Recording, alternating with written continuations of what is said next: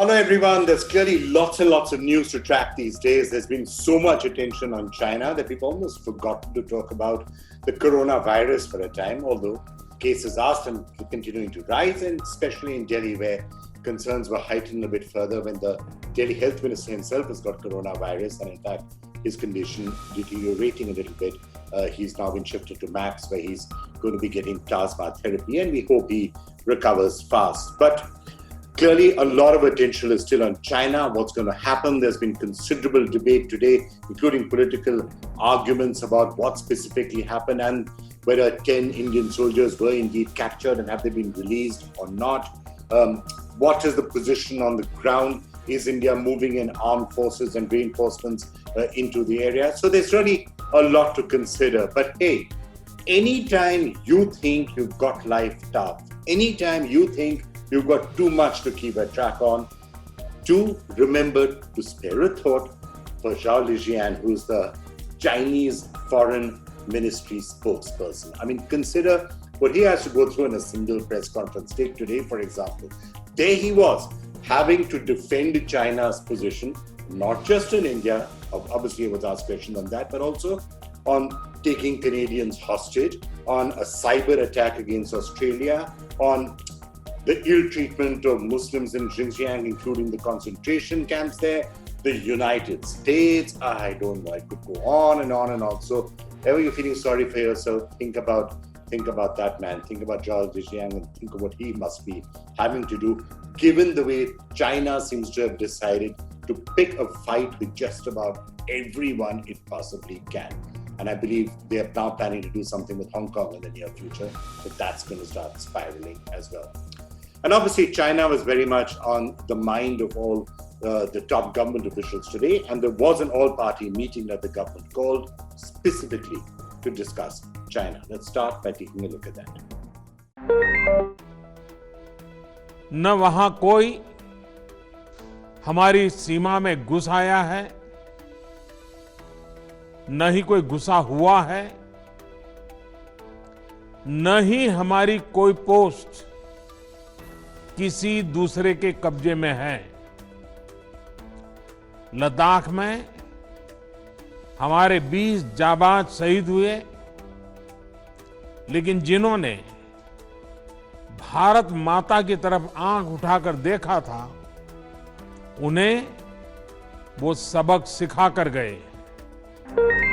In her opening comments at the all-party meeting chaired by Prime Minister Modi on the India-China clash, Congress Chief Sonia Gandhi put forth 7 questions to the government on the border tension.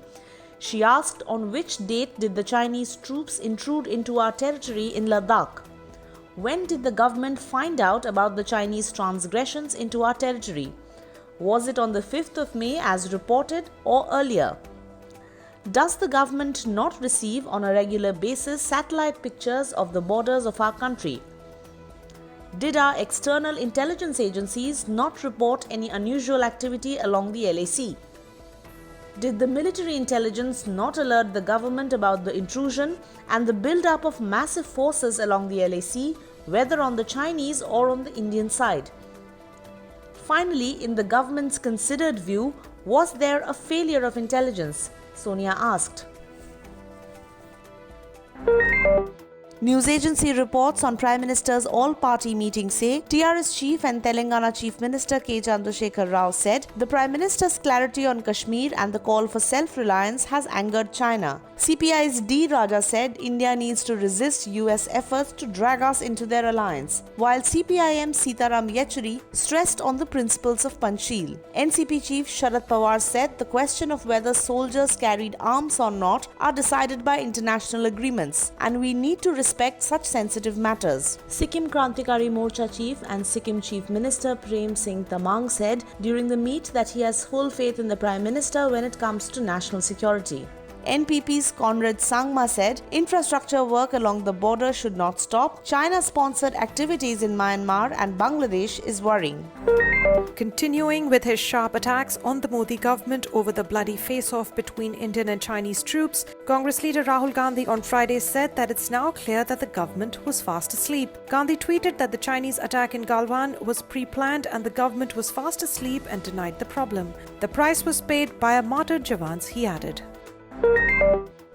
Amid reports that 10 Indian soldiers have been released from Chinese custody, China's foreign ministry has issued a statement that they have not captured any Indian soldier during the fatal clashes in Galwan Valley on Monday.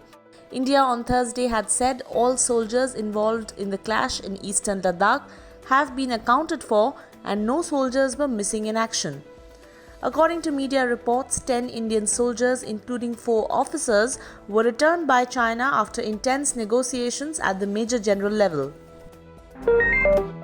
Delhi Health Minister Satyendra Jain, who had earlier tested positive for COVID-19, has been put on oxygen support after his lung infection increased. The Delhi Health Minister has developed pneumonia and is facing breathing difficulties. He is being constantly monitored as per doctors. Jain has been shifted to Max Hospital in Saket and is likely to be given plasma therapy.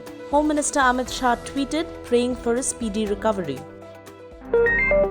The Union Home Ministry on Friday confirmed that people testing positive for COVID-19 will have to undergo a mandatory 5-day institutional quarantine instead of home quarantine, even if they are asymptomatic or have mild symptoms, as per reports.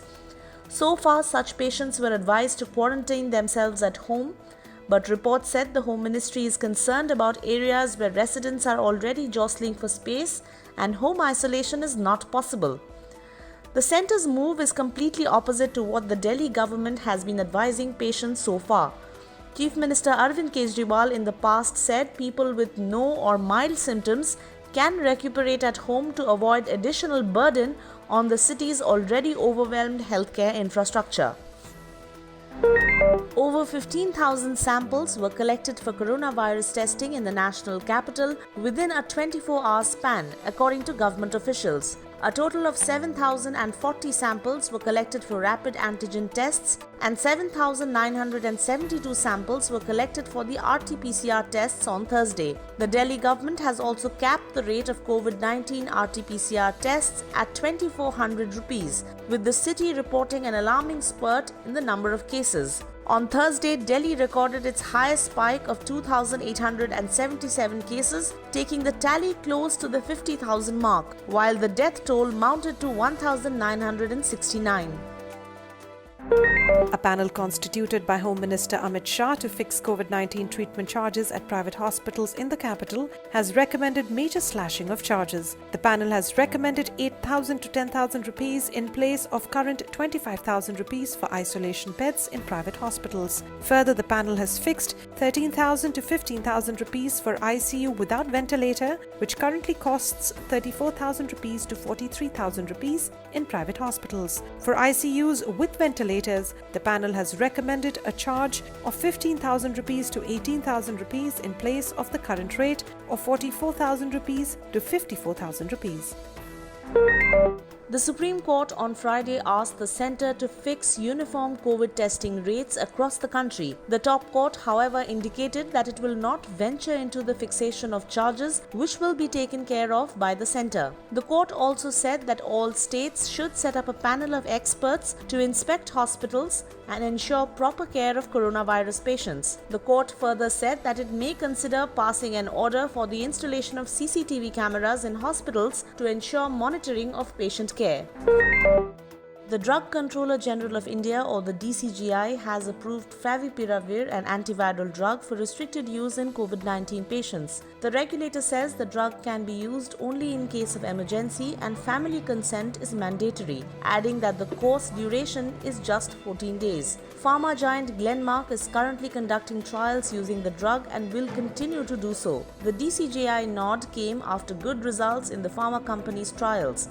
The DCGI said surveillance is needed for the first 100 patients. Favipiravir is used for influenza around the globe. Russia, China and Japan are already using the drug for COVID-19 patients. The World Health Organization said on Thursday that a few 100 million COVID-19 vaccine doses could be produced by the end of the year, and be targeted at those most vulnerable.